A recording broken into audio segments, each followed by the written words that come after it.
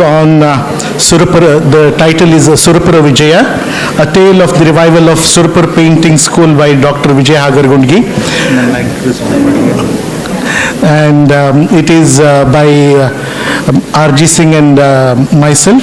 R.G. Singh is the secretary of Ramson's Kalaa Pratishtana, Mysore, an art trust.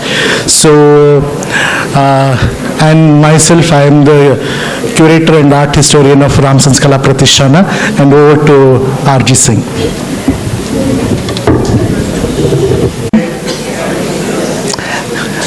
We are missing Vijay because he is unwell, indisposed, and all his life he has lived in Gulbarga, which has a dry climate. Couple of years back he shifted to Bangalore, and it was a sea change in the weather, and he regularly falls sick because of Bangalore's weather. And I told him this time that he has to move back to Gulbarga to safeguard his health. We are missing him here. Vijay is a maverick artist, somebody who has resurrected a lost school, just like what we saw Vinay has resurrected the Maratha school. Vijay resurrected the Surpur school 45 years back. So we are going to see this beautiful odyssey of the revival of the Surpur school. And Surpur, we are going to see where is Surpur, who were the Surpur rulers, and what did they do. Because among the prominent remnants of the Vijayanagar school, Mysore and Tanjore are popular, but there are several other sub-schools, like the Holalgundi school, the Surpur school, and many others. So today we are going to learn about the Surpur school. And we are going to see some of the old paintings that have survived the time, from the time of the last of the Surpur rulers, and how it was resurrected almost 90 to 100 years later, how it was resurrected and how it has been brought back into the main focus.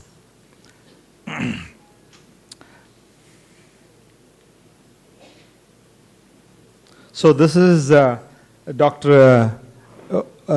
life history of Dr Vijaya Hagargundgi, and we are going to present some very beautiful drawings and paintings of his that have been done over a period of the last 60 years. And this presentation is dedicated to Ratnamma, who was the mother of Vijaya Hagargundgi. And Vijay's father did not approve of his artistic exploits because he was a mill worker and he didn't know what it was, because he was a first generation mill worker who came from a village, and he did not understand what is art. But his mother very silently supported him, because maybe the mother knew better what her son is. So we have dedicated this. I did this presentation 10 years back at the Central Lalit Kala Academy, New Delhi, when Vijay was given a senior fellowship at that time in 2015-16. He was given a senior fellowship, and I asked Vijay, whom should I dedicate this presentation? He said, my mother. Without blinking an eye, he said, my mother. And that's the mother who gave birth to this amazing artist.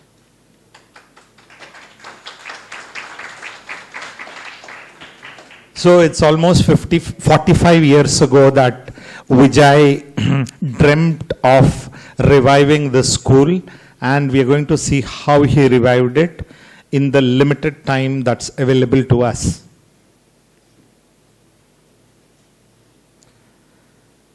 Now, Surpur or Surapur, because we know the British had problem with pronouncing our names. Srirangapatnam was called Seringapatnam, and Kanpur was called Kanpur. Like that, Surpur was called Surapur. This is what you see in the old maps, British India maps. And I'm not going to read what's written there, just have a quick look. Where is Surpur located? And we are going to talk about the Beda chieftains. The Beda chieftains are Kannadadalli, now what we tell is Valmiki Jananga. They are and Karnataka was ruled by 257 Beda chieftains. The Kannada speaking areas were ruled by 257 Beda chieftains. And they are not recognized. All of them carry the surname Nayak. Many other surnames are there.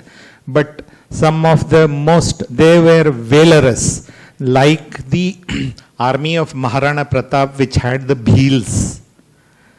The Beda chieftains were also the backbone of the Mysore army. If you go to Kalaa, where the Mysore kings traditionally brought their brides, Kalaa, there is a small town, Kalaa, near Nanjangud, and in that village, there are 3 main roads, and they all belong to the Nayak community, and they call themselves Raja Parivara because they served the royal kingdom of Mysore and the royal family, and they were so, proud that their village produced the queens who ruled Mysore, and they were the ones who were absorbed into the Mysore royal family as the crack commando force, which was known as the Bichukatti Sipai. So we are talking about another valorous Nayak ruling family here, which we should thank them for saving the jewels of the Tirupati temple, because they were the ones who looked after the wealth of the Tirupati temple, and they saw to it that the armies of the north, the sultans, never entered Tirupati. So if Tirupati is having its wealth intact, it's because of the Surpur rulers, and in honor of that, on the first Brahmotsavam, the first day of the Brahmotsavam, the Surpur rulers are accorded the temple honors. So this is where Surpur is. Today it's in Yadgir district, and we have not shown the district, but we've just shown important towns. That's Gulbarga and in between Gulbarga and Bidar. And this is a speck, a small, if you go to Surpur, you can see their palace, very beautiful palace in ruins, and the very, very proud present day, the heir of the family is Raja Krishnappa Nayaka, and you can, if you ever visit, please go and speak to him. A very nice gentleman, a very fine gentleman. We're going to have a quick look at the rulers of Surpur, and as in the case of many Indian dynasties, we don't know where they came from, but they have their own story, which is orally recorded and also recorded in history. And in the course of this presentation, we are going to see the remnants of the dynasty in the form of manuscripts, in the form of the temples they left behind, in the form of paintings they left behind. So the Beda chieftains have had the right of first worship at the hill shrine of Tirupati. It's a privilege still accorded to them, as customs and traditions of the Surpur house are followed till date. When they go there on the day of the Brahmotsavam, they are ceremonially given the Shesha Vastra, that is the attire that is being removed from the deity of the previous day. That is removed, and the Surpur, the titular head of the Surpur family, he is given the remnants of the previous day's worship in the form of the garland, and that upper uttariya is tied onto his head. That is the honor that this family has been given for looking after the wealth of this temple.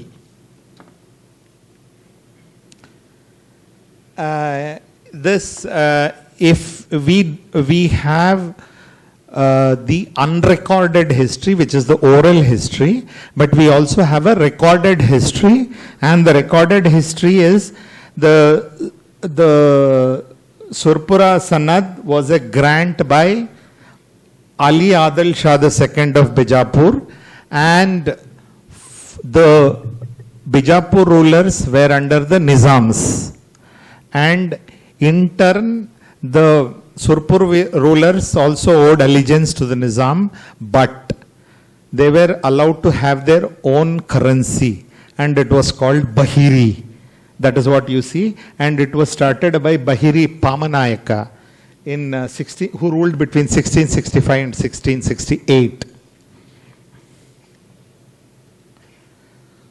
So he's the second ruler, Pitambar Bahiri Piddanayaka. He is the nephew of the Beda chieftain Pamanayaka, and he ascended the throne in 1688. Again, the Surpur connection has a Mysore connection. G.L.N. Simha, 55 years ago, painted this monochrome painting of the Surpur rulers for a publication by somebody in Hyderabad. And he faintly remembers that he was paid about 18 rupees for each of the paintings 60 years back. I was actually pleasantly surprised that Simha also has connection with Gulbarga.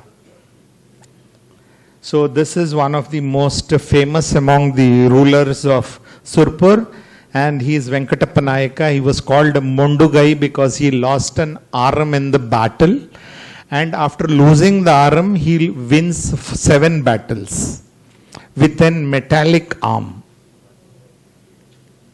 So this is the metallic arm of Mondugai Venkatappa Nayaka, and the present custodians were very gracious enough to show us this, and it shows a high degree of precision. And the fingers actually have a mechanism where it works, and it still works. And this is his successor, Hasrangi Pamanayaka, and he shifted the capital from Vagangeri to Surpura. We just heard about Vagangeri in Vinay Narkar's presentation. And because we are talking about a geographical boundary which did not exist on linguistic lines. So it could be when we are talking about rulers of Karnataka, or if you're talking about of Maharashtra, the boundaries overlapped. It could be, and many of the times the kings in their hagiographies wrote that I am ruler of the land between Krishna and Kaveri. So that that encompasses entire parts of Maharashtra. So don't think that Karnataka rulers ruled over Marathas, or the Marathas ruled over Karnataka. We will not go into those linguistic divides. So this is the beautiful Gopala Swami temple at Surpura, which was built by the earlier king. And this is a painting of Surapura Venkatappa Nayaka, which is at the Rangamahal of Jagan Mohan Palace. Mumbadi Krishnaraj Vadeyar got the paintings, the murals painted, and it showed many of the rulers who were contemporaries of Mumbadi, and also some of them who had just passed away, and some of them who had just been, enthroned. So we have rulers of different ages being shown, and these are all kingdoms and principalities. So this is Surapura Chikka Venkatappa Nayaka, and during his time, the influence of the Nizam's court was more, because they moved away from the Bijapur rulers and they started adopting the mannerisms of the Nizam's court, which was an leftover remnant of the Mughal court. So you see lot of, mannerisms that are today practiced by the Surpur rulers have the characteristic of the Nizam's kingdom.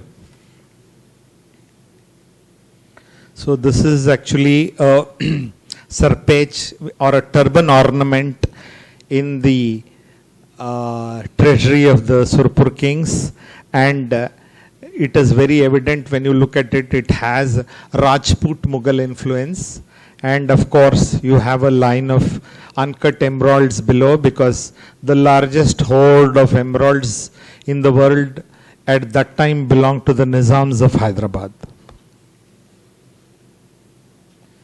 So the British who ruled us will never leave us. Anywhere you go, we will come back to them, either as villains, heroes, or somebody who was very sympathetic to the Indian mindset. So here we have this person who was the resident of Surpura. You can well imagine, Mysore had a resident which was a very big kingdom. Surpur was a principality which had a resident, and the residents, I would, make a statement. Anybody can, of course, you can contradict me, but I feel that the dispatches written by the British residents look like actually they are spying on the Indian kings. Their dispatches are so well worded and they give out explicit details. The British resident in Mysore, in his dispatch, which was declassified about 20 years back, they have written that the Maharaja of Mysore, this is with reference to Nalwadi Krishna Raja Vadeyar, slept on the floor during Navaratri. They knew this. And they have written he ate food without salt. So you can know where all they have employed their people to gather information. So I think this person also did the same thing, but he was sympathetic to the rulers of Surpur, but it did not help. We will know how it did not help. And he was called Mahadev Baba. If you go to Surpur on a hillock, which looks like a military, battlement, there is a bungalow that was built, and just behind it are the graves of the British who served in Surpur at that time. And this person was the resident, and however much he did, he could not save the Surpur dynasty from the clutches of the East India Company. Here you see, this is Colonel Meadows Taylor, and this is Nalwadi Venkatappa Nayaka, and this is a painting that is in Jaganmohan Palace. Actually, it is not on display. I learnt that it was damaged due to some dampness. But this was photographed by Swami Shivapriyananda in 1992. So we have this painting which gives us an idea. And these are all the, the courtiers of Nalwadi Venkatappa Nayaka. So we have this Nalwadi Venkatappa Nayaka's portrait here, again by Jailan Simha, and he had a short span of 24 years, and actually when you look at the year, this is 1858. In the 1857 Sipai Mutiny, Surpur kingdom was accused of taking part in the mutiny indirectly. So Venkatappa Nayaka was taken to Hyderabad. He was called to Hyderabad for a mediation between the Nizam and the British. But the British don't take him to Hyderabad, they take him to the Secunderabad cantonment. And one day morning, they shoot him dead and tell that he tried to escape and we had to fire on him. And he's just 24 years old and he's left with a widow and Rani Rangamma, who rules after him, and the British take over the Surpur kingdom under the doctrine of lapse. That is, if you do not have a male heir, it is absorbed into the British India Empire. So this is what the East India Company soldiers stationed at Secunderabad, they actually murder him, and it is shown off as an accident. So this is Venkatapanayak on horseback, and this is in the collection of Vijaya Hagargundgi, and that's what I have. We have mentioned here. It was merged with the British India under the doctrine of lapse. This is the flag of the Surpur dynasty.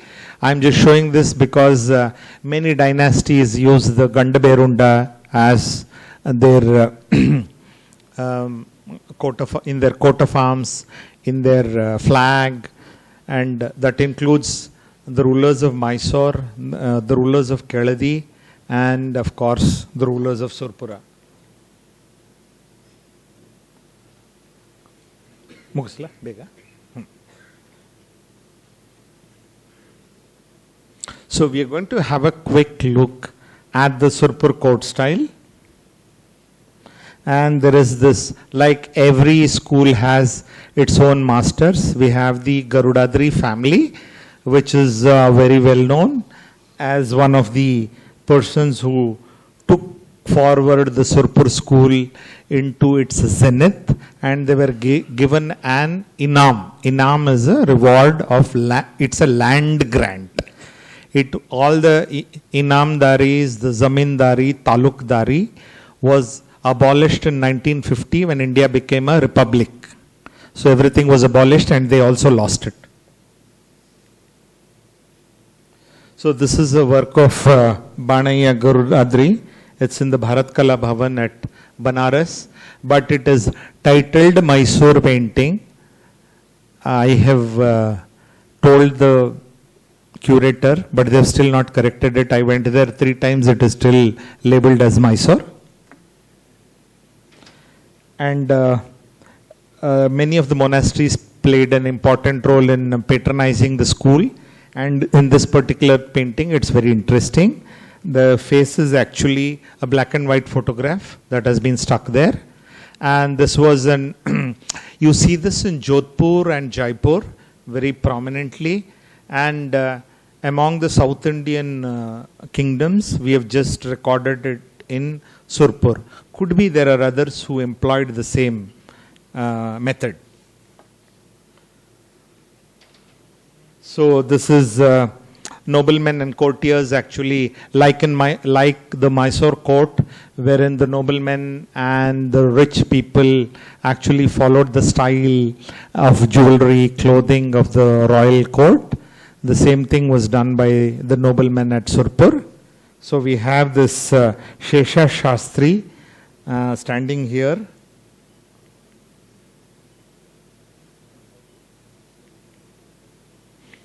This is Shesha Shastri, and that's Lakshmi Narasimha. Then we have this beautiful painting of Kodandarama. Just like the Mysore school, the Surpur school also used newspaper, British European newspaper. You can see the remnants here.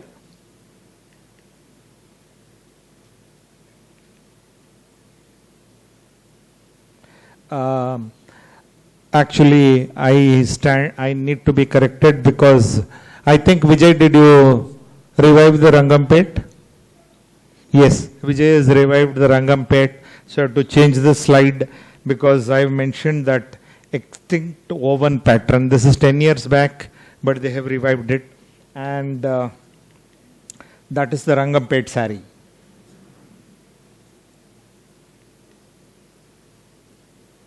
Raghu will take over and he's going to speak about the postures and the gestures in the Mysore school. Okay?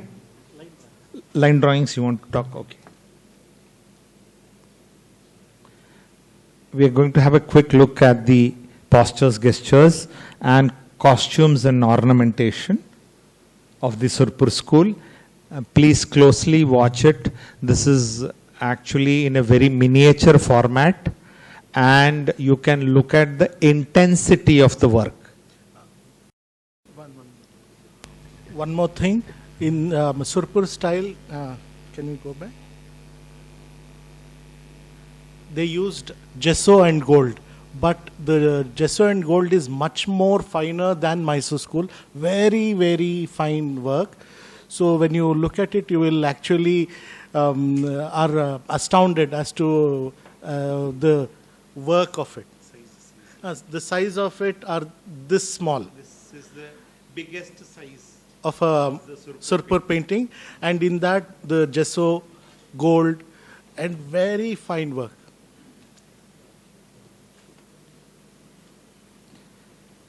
This is the person about whom we are going to talk today. This is Vijaya Hagargundgi, and he was born in 1957 at Gulbarga, a first generation artist. Next year he is going to celebrate his 70th birthday.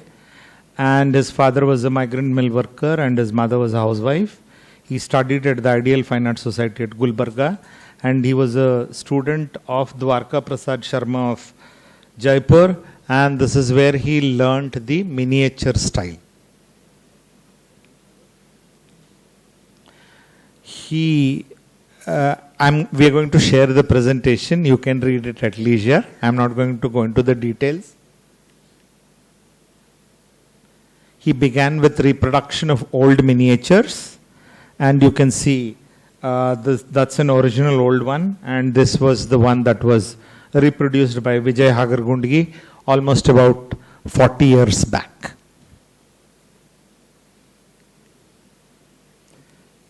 Again, the one at the Banaya Garudadri painting at the Bharat Kala Bhavan. This was reproduced by Vijay for our museum 10 years back. So when you have a closer look, because this painting again is A4 size, because we wanted him to work on a little larger format because that was too small. This is on an A4 size paper.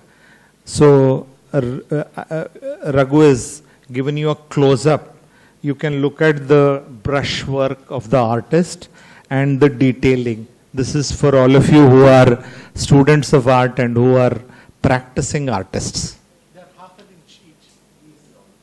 These flying deities, these are half an inch. Means the size of your nail.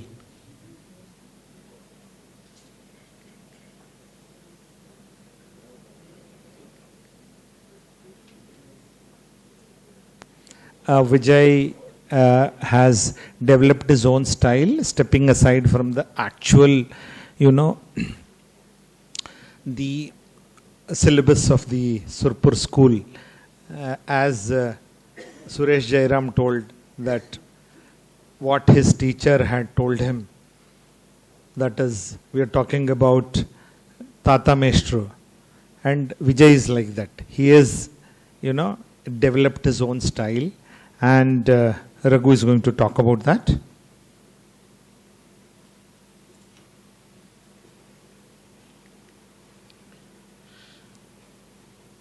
In his painting, he shows Shringara, all kinds of emotions you can see in this Raga Deshkar. So, and again, the lines are the life force in his paintings. Without lines, you can't imagine his paintings. What you saw previously, the Varuna in the line drawing, in all color and it is so beautiful to look at. And this is this small, the size of my palm. And the gesso, the detail of the gesso, the delicacy, delicateness of the gesso, the rendering is absolutely amazing. And again, the small flying Gandharvas, Kimpurushas, Kinnaras, Siddhas, Sadhyas, everyone, Vidyadharas, tiny, tiny with all the details, face, feet, legs, then the wings, everything, detail is given. And the style, he has gone outside, means he has gone further out. Lakshmana Rekhe, ಏನು ಹೇಳ್ತಾ ಇದ್ರು Suresh sir, ಆ ಲಕ್ಷ್ಮಣ ರೇಖೆನ ಬಿಟ್ಟು ಹೊರಗಡೆ ಹೋಗಿದ್ದಾರೆ, ರಾವಣನ ಕೈ ಸಿಕ್ಕಿದ್ದಾರೆ ಈಗ.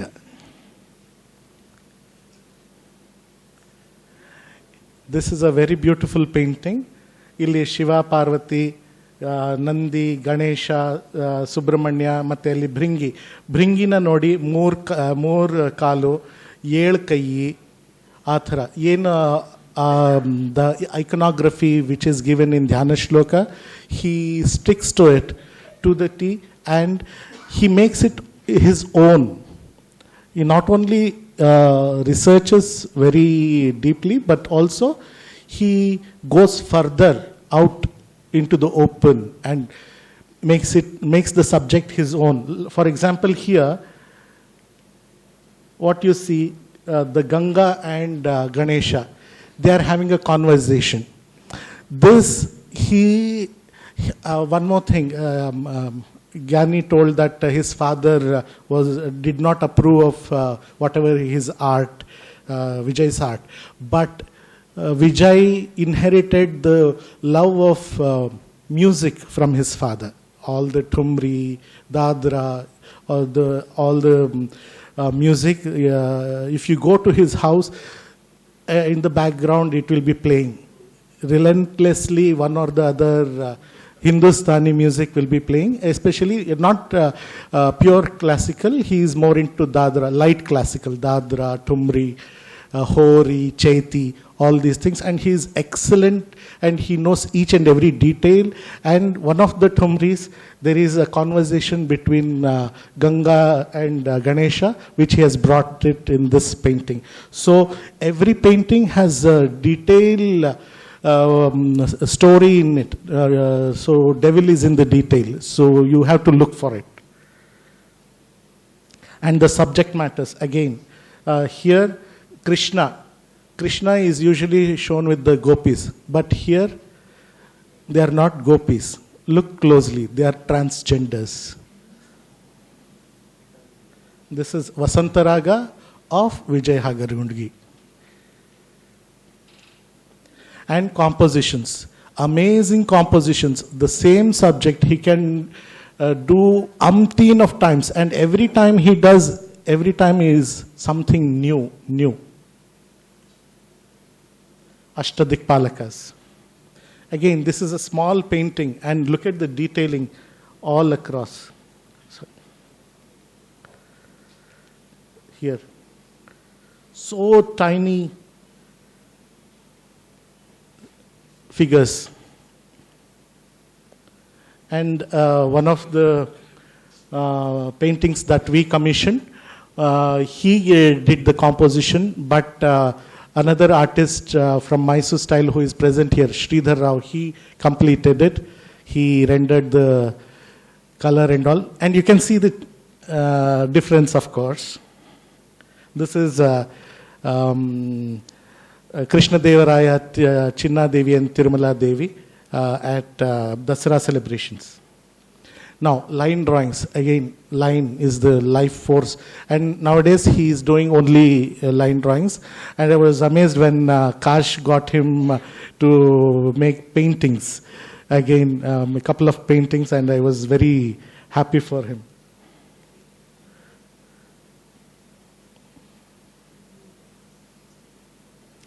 And look at the anatomy.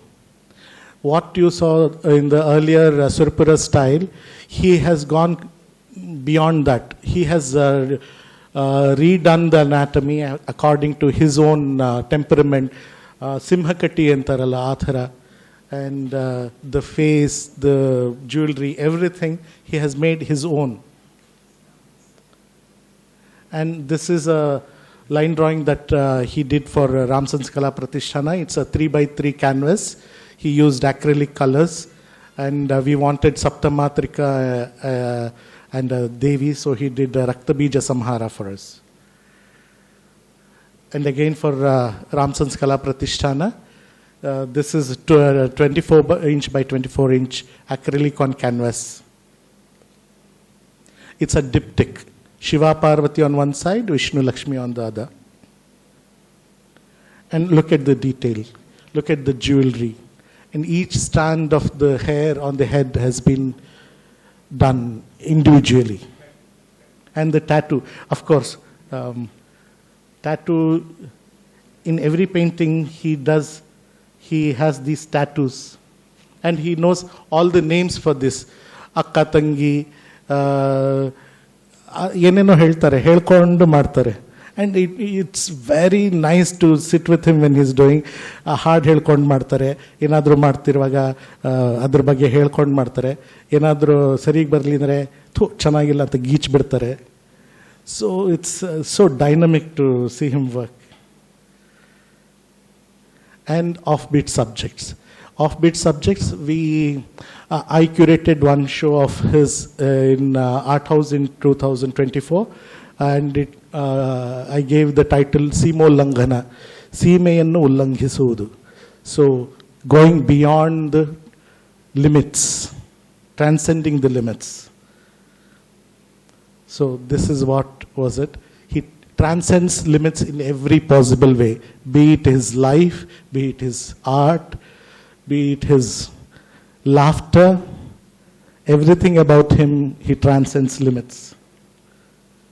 This is Bhagiratha Matarao. So Bhagiratha is born out of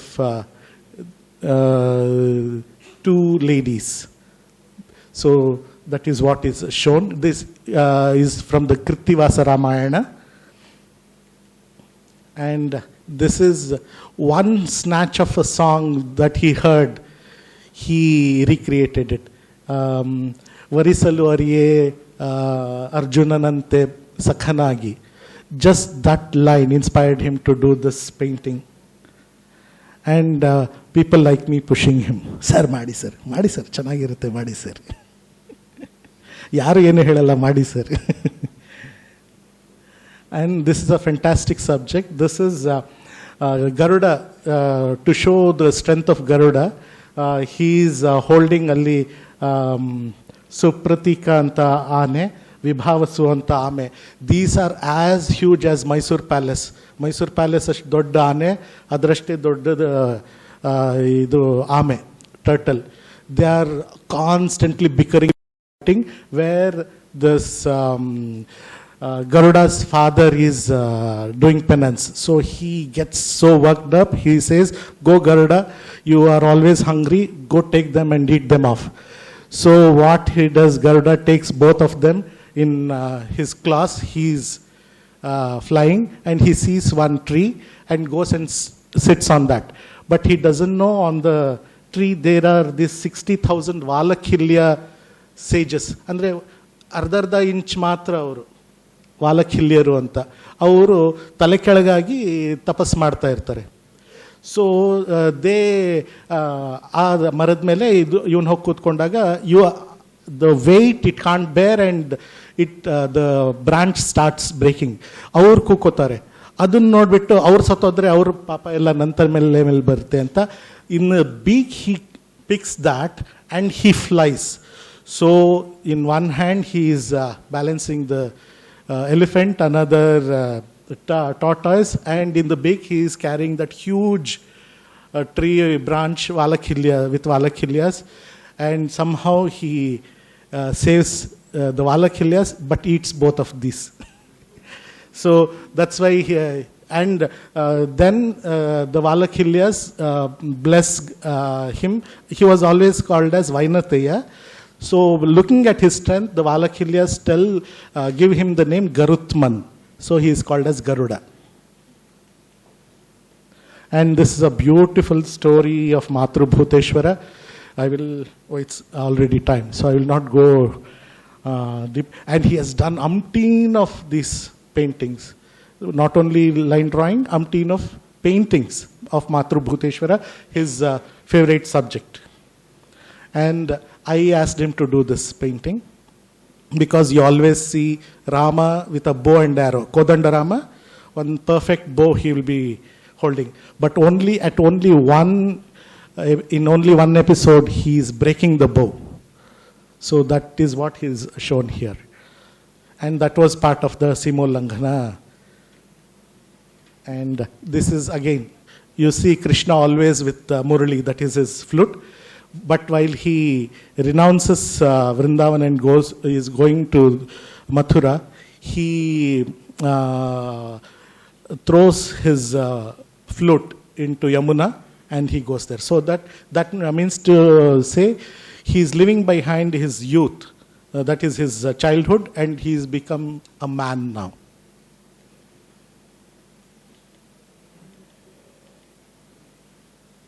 And some of the very beautiful line drawings from Baramasa of Linganna Kavi. We will see a couple of them. Chaitra Masa. And you should listen to Vijay when he explains to them. Everything comes alive in that. Jeshtha Masa. And he has, in the Baramasa, he has shown Dashavatara. Bhadrapada Masa with Buddha Avatara.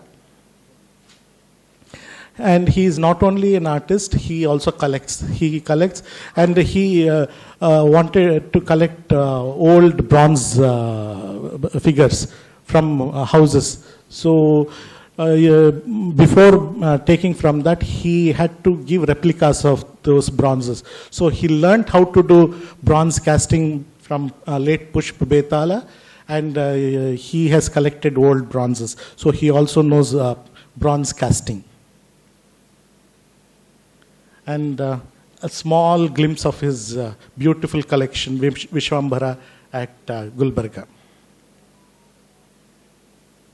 And that's his portrait by his student Jagdish Kamble.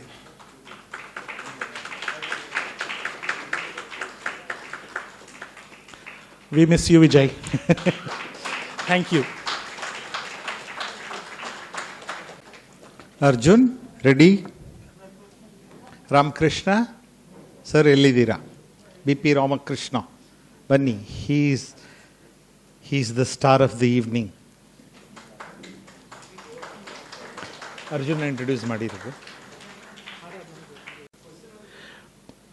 The next. Answers? You're sure you want question answers? We don't have time, please. Will you? Yes. No question. Shrikant Beda. Question answers. Question, no. Raghu. Rajesh, Mike.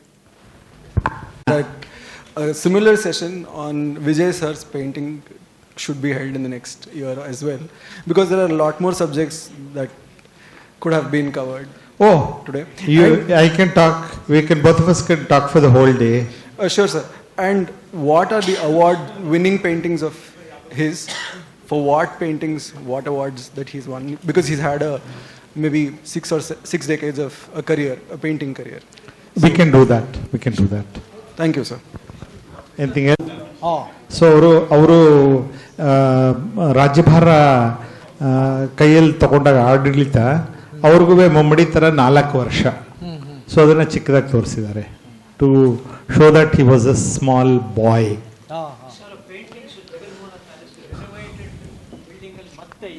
ಇಲ್ಲ, no it's not ಇಲ್ಲೇ.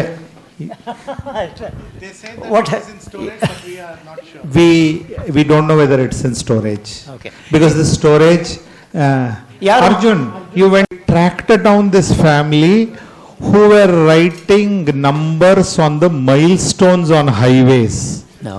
that had become of the family of such a famous family. And I have that interview that was in a Telugu newspaper. ಒಂದೇ ಒಂದು point add ಮಾಡ್ತೀನಿ. ಮುಖ್ಯವಾಗಿ ಸುರಪುರದ್ದು ನೀವು ಹೇಳಬೇಕಾದ್ರೆ ಹೇಳಲೇಬೇಕಾದ ವಿಷಯ ಅಂದರೆ ಕೋಹಿನೂರ್ ಡೈಮಂಡ್ ಅಲ್ಲಿ ಸಿಕ್ಕಿದ್ದು, ಕೊಳ್ಳೂರು ಹೌದು, ಬೋರ್ಡ್ ಹಾಕಿದ್ದಾರೆ. ಬಟ್ ಅದು ಡಿಸ್ಪ್ಯೂಟ್ ಇದೆ ಗೋಲ್ಕೊಂಡ ಕ್ಲೈಮೆಂಟ್ಸ್. ಬಟ್ ಅದೊಂದಿದೆ. ಒಂದು ಎರಡನೇದು ವಿಜ್ಞಾನೇಶ್ವರ ಮಿತಾಕ್ಷರಿ ಲಾನವರೆಲ್ಲ ನಮಸ್ಕಾರ ಮಾಡುವಂಥ ವ್ಯಕ್ತಿ ವಿಜ್ಞಾನೇಶ್ವರ ಭಾರತದಿಂದ ಸುರಪುರ. ಇವೆರಡು ಭಾಳ ಇಂಪಾರ್ಟೆಂಟ್ ವಿಷಯಗಳು. ಟೂರ್ ಹೋಗೋರಿಗೆ ತುಂಬ ಒಳ್ಳೆ ಜಾಗ, ಹಿಸ್ಟಾರಿಕಲ್ ಮತ್ತು ಆರ್ಕಿಟೆಕ್ಚರಲ್ ತುಂಬ ಒಳ್ಳೆಯ ಜಾಗ, ಯಾರು ಪ್ರವಾಸ ಮಾಡ್ಬೋದು. Thank you, Sitaram sir. Sitaram sir is an...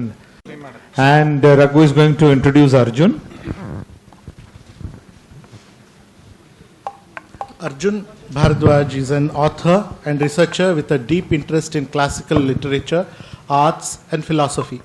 An engineer by training, he is well versed in Sanskrit, Kannada, English, German and Greek. Arjun works as a contributing editor of Preksha and is currently studying the comparative aesthetics of classical Greek and Indian arts and literature. He has completed the writing critical translation on Kautukanidhi. We don't know when it will be published by ORI. In about 3 months, apparently. 3 months, and the goalpost keeps changing. Yes. He has co-written and co-translated and co-edited many books and authored over 50 research articles related to literature, arts, philosophy and science. Some of his books include The Essential Ramayana, Indian Perspective of Truth and Beauty in Homer's Epics, Nayana Savana, co-authored by Shatavdhani R. Ganesh, The Essential Mahabharata and The Essential Katha Saritsagara, and Prekshaniyam, original work of Shatavdhani Ganesh, and the dramatic element in Kalidasa's Kumara Sambhavam. He has also translated S.L. Bhairappa's novels Yana into English and Nirakarana into English and German. Over to you, Arjun. Arjun will be in conversation with artist B.P. Ramakrishna. Arjun will, in the conversation, he will introduce artist B.P. Ramakrishna. Dhaaraa, Shubhasayam. For the benefit of people who don't understand English, I understand Kannada rather, I'll just briefly speak in English and then the conversation will be in Kannada thereafter. So this is a booklet which is a critical appreciation of the artistic works of Shri B.P. Ramakrishna, who is about 85 years of age today. What's very interesting about his... Yeah. So I would like to thank Shri R.G. Singh and Shri Raghu Dharmendra for initiating me on this project of studying his works and writing a booklet of critical appreciation. What's very interesting with his life is that it's at the age of 35 that he took into artistry. Until then he worked as an electrician. And see, what's beautiful about the Avichinna Parampara, the unbroken tradition of the Mysore style, is that because it has got a typified or stereotyped or archetype of grammar, anybody is able to link to it and one can easily get connected to it and it can continue as a tradition. That is the beauty of this unbroken tradition of anything. So even if you don't have the background, because of the very good structured grammar, you'll be able to access it and you can also become an artist in the particular tradition. And more than an aesthetic analysis of what the Mysore paintings are, a more important question is what constitutes divinity. Because the objects of worship that we have at home are not necessarily aesthetic in the standards of the Saundarya Shastra. For example, if you go to Kedara in the Himalayan mountains, it's just a rugged rock which we are worshipping as Shivalinga or a manifestation of Shiva. Similarly, the Shivalinga itself is a cylindrical thing. So what I'm trying to say here is, it's the emotion that we associate with an object which makes it divine, I think. So that is why we have called, in my book, I have called him the creator of divinity, or somebody who gave rupa to the divinity itself. So there have been 5 1,000 works which have been credited to him, which have come out of his brushstrokes. And all of that has been in the typified Mysore grammar, the grammar of the Mysore school. And there is internal divinity inherent in it because of the emotion which has been traditionally associated with it. See, it's like saying if a river is flowing, an unbroken river is flowing, anybody can go and fetch water from there. It need not flow in our households, but if it is made accessible, then anybody will be able to savor the waters there. So such a person is B.P. Ramakrishna. He is 85 years old. If you look at him, his physical stature, his mental enthusiasm and his clarity of strokes and the colors, etc., one cannot say that he is 85 years old at all. So with that bubbling enthusiasm, even today he pursues his artistic works.